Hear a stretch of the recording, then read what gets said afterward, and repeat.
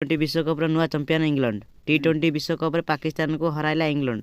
विश्व विजेता बनी गोटे क्रिकेटर साइकेलर द्वितीय थर पर पुणी इंग्लैंड विश्वकप हाथियार कला।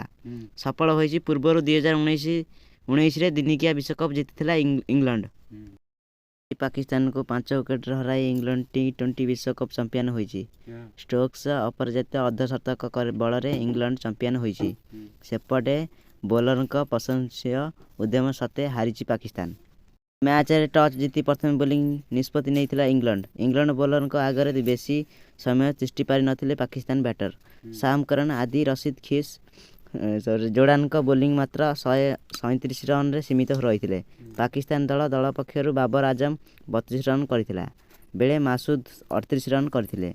138 रन विजय लक्ष्य नहीं मैदान को ओह्लाइथिला इंग्लैंड मध्य क्रिकेट विकेट पतन घटीला। हेले बेन स्टोक शेष जाए रही दल को विजयी कराइथिले।